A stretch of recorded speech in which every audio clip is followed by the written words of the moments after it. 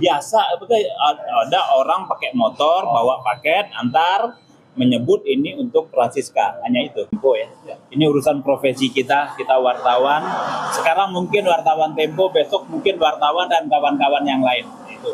Jadi tentu prosesnya itu seperti yang sudah ramai, itu datang pas hari Rabu kemarin.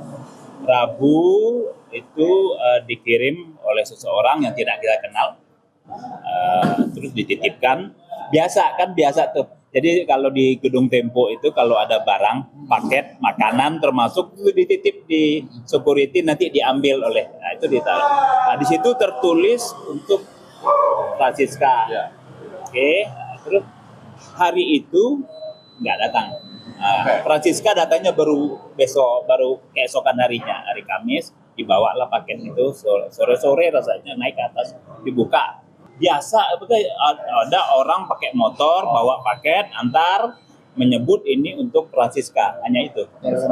Pakai helm, pakai ya atribut gitu. Itu belum begitu detail ya.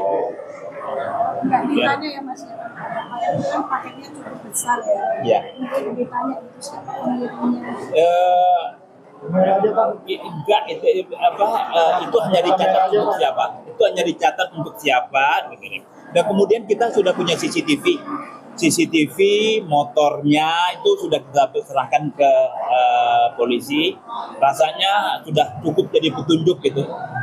Biarlah nanti itu menjadi alat petunjuk buat menelusuri sampai detail dan menemukan pelakunya. Lagi-lagi, ya ini perlu kami tekankan. Ini bukan peristiwa tunggal. Ini adalah tindakan atau teror yang kesekian kali, mungkin sudah berkali-kali. Yang kita laporkan ke polisi itu 2 kali. Yang tidak kita laporkan sudah tidak terhitung. Nah, ini rasanya adalah eskalasinya sudah kita anggap tinggi. Kita berkonsultasi sama teman-teman koalisi, ada YLBHI, LBH Jakarta, ada AJI, ada LBH Pers, kita putuskan melapor. Sekali lagi ingin saya tegaskan, ini bukan semata-mata soal temponya gitu loh. Kita ini ya bisa aja, karena kadang-kadang kita pikir sudahlah, nanti besok diteror, nanti besok aman. Tapi rasanya ini masa-masa yang Republik sedang tidak baik-baik saja. Dan rasanya kita yang harus minta perlindungan bahwa profesi kita ini dilindungi oleh undang-undang. Kita bekerja ini untuk kepentingan publik, nggak boleh dong main di teror-teror.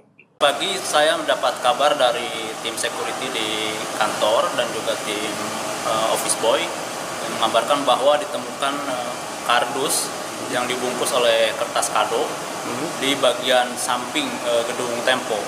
Setelah dibuka, ternyata di dalamnya bukan hadiah biasa, tapi adalah 6 ekor tikus yang terpenggal kepala, ya, semuanya. Ada di dalam dibuka, dan setelah itu kami simpan lagi barangnya. Dan kalau untuk proses akan kedepannya seperti apa? Apa akan sudah melaporkan, kan sudah kedua kalinya? Betul, hari ini kebetulan siang tadi datang tim dari Bareskrim yang memfollow up laporan kami pada kemarin ya, hari sebelumnya kami lapor ke Bareskrim untuk teror pengiriman kepala babi. Nah hari ini tim Bareskrim datang dan sekalian aja kami sampaikan bahwa hari ini juga ada kiriman teror lagi, yaitu kardus berisi kepala tikus yang dipenggal kepalanya. Yang dari hasil penelusuran kami, paket itu dilemparkan dari samping gedung dan sudah kita lihat berdasarkan kamera pengaman di sini, barang dilemparkan pada pukul 2 dini hari. 2 dini hari sempat mengenai mobil yang ada di parkir di belakang. Bang, itu kan sempat terekam dalam kamera CCTV Bang. Itu menggunakan motor atau ketahuan nggak sih kendaraan apa, platnya apa gitu? Belum ditelusuri lebih jauh karena sementara yang baru kita lihat adalah dari dalam gedung angle-nya. Jadi memang yang melempar belum kelihatan, tapi kami yakin kami bisa juga melihat dari arah mana. Bang, kan sebelumnya kan kalau kepala babi itu kan ditujukan oleh buat Mbak Cica ya. Kalau untuk tikus ini ada surat ataupun tidak ada ditujukan kepada siapa, tidak ada tulisan apapun di dalamnya, hanya tikus yang sudah dipenggal yang dibungkus di dalam Sebetulnya pada yang pertama juga kalau kemasannya tidak ada tulisan langsung atas nama Cicak sebelumnya. Tapi kemudian kurir yang membawa waktu itu kami tanyakan tim security, mereka yang menyampaikan bahwa barang itu untuk Francisca Christian Rusana, dan yang bersangkutan menuliskan nama itu di depan security kami. Awalnya sama, paketnya tidak tanpa nama. Bang, ini kan udah kedua kalinya untuk kondisi dari karyawan sendiri gimana, apakah Ya ini memang teror yang targetnya adalah membuat kami takut, tetapi ya kalau itu targetnya sia-sia saja karena sama sekali tidak membuat tim kami takut atau apa. Kami masih bekerja seperti biasa, bahkan tidak hanya di hari normal, hari ini termasuk hari Sabtu ya libur, tim kami masih bekerja seperti biasa. Jadi kalau targetnya adalah membuat kami ciut, rasanya tidak, tapi kami melihat bahwa ini memang teror bukan hanya untuk Tempo ya, tapi juga untuk siapapun yang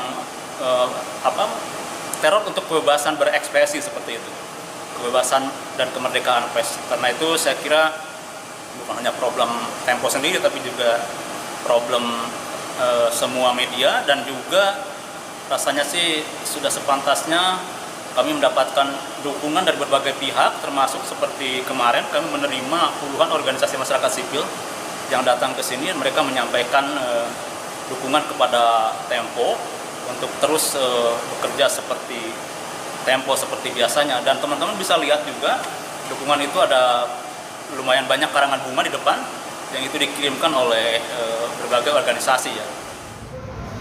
Dibuka nggak? Bukan. Apa ya?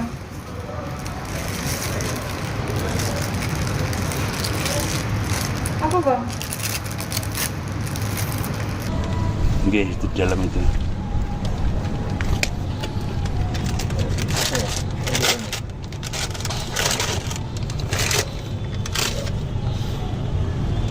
Tanpa kepala ya Pak? Kepalanya ada dipotong, tapi ada kepalanya Man. Di dalam juga Man. Oh. Terus diduga lewat sini lah Mas ini. Oh, di kiri, Dilempar.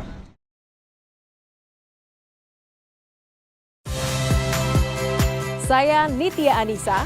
Saksikan program-program Kompas TV melalui siaran digital, pay TV, dan media streaming lainnya.